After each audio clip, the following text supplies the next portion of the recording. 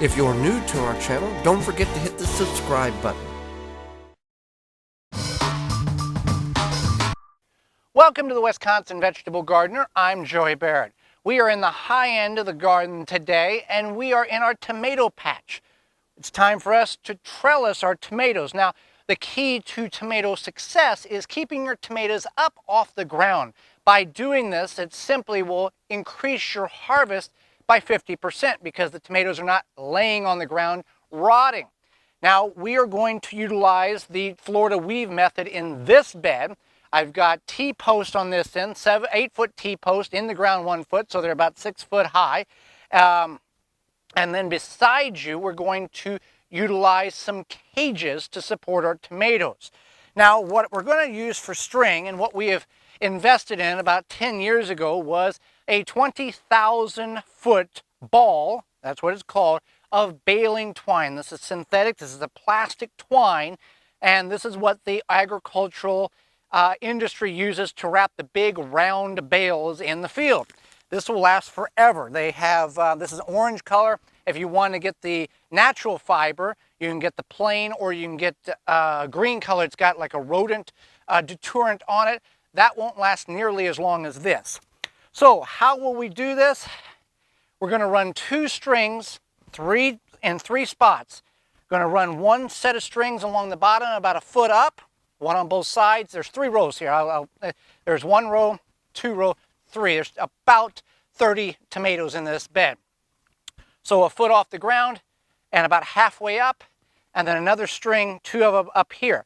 What is going to occur is, as these plants, which we're already kind of in, we're about 3 weeks behind on this. Let's take the example of the top string here. We've got 2 strings running this way. As the plants grow to those strings, we will gently assist the plants above the string, and then that string, as the plants hang on it, will support the tomatoes and keep them upright to make it easier to harvest, keep the fruit off the ground, and make everything happier and healthier. So that's what we're going to do. So it's pretty easy. We're just going to take the string, and it's going to take a little work on the lower sets of runs to get it filled through this way between on the ground and then bring it up. So once we get to about this here, we'll come back and I'll show you how things have progressed here on this row, and then it'll be duplicated on the next 2. Okay, so we've got the middle one, the bottom one done, which is here. And then we got the middle one done. Now we're doing the top one. Obviously there's nothing here because they will grow into this. So how I'm doing this is making it somewhat tight, double wrapping it on the one. There's no right or wrong way to do this. And then, there we go, tightening it off. Just like that. Now, as these plants grow, you can see what I'm speaking about. They'll grow up, we'll put them through here, and they'll use this to hang on. Now, right where you're at, if you look across, you're going to see a post here with holes drilled in it. There should be one where you're at. However, that post broke last year, so I will have to substitute another post in order to put a center supporting beam on here. The string will go across this way underneath each one of these, and will add an additional support for all the weight that these tomatoes are hanging on. So this worked very well for us last year. And then at the end of the season, we just cut the strings, threw them away. They're plastic. That's how we felt that was the best way to go. If you're going to use this bed multiple years, this is the 2nd year. I don't think we're going to use it again next year. We will move everything somewhere else. We could leave these up, but I wanted to get all the disease and everything out of here and then start fresh. So that's why we did it. So we're going to do that. We're going to duplicate what we've done in this row here on these other 2, but we don't need to show that because you've already learned.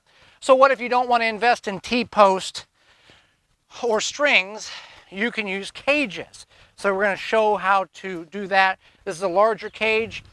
The smaller the plants, the easier it is to corral them around cages. But this works relatively well on these smaller tomatoes on this side, and that's pretty much how you do that. That's a little larger one. This is a more traditional one, and it is a little of a challenge for like this Brandywine here that limb is broke off. But it's going to be a little more of a challenge to take and kind of nestle it together and then bring this over top of it. And you are going to break some limbs. That's why we'd recommend doing this much earlier when the plants are smaller. But tomatoes are fairly tough plants, as I'm just snapping a lot of them off. There we go. They'll bounce back, not a big problem there.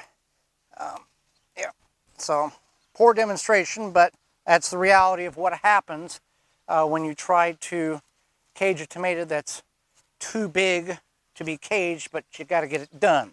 Okay, so now the other option would be you could take this cage and invert it and put the larger portion of the ring at the base and then have the smaller. The only disadvantage to that is you don't have any stakes up here to push in the ground. You would have to have a secondary post to support it. That could be another way to get around the damage that I just demonstrated not to do with this particular application.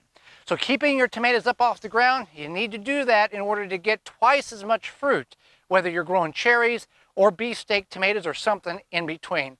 Thanks for watching. Join me again next time for more organic gardening. I'm Joy Baird, and this has been the Wisconsin Vegetable Gardener. For more information, please visit thewisconsinvegetablegardener.com.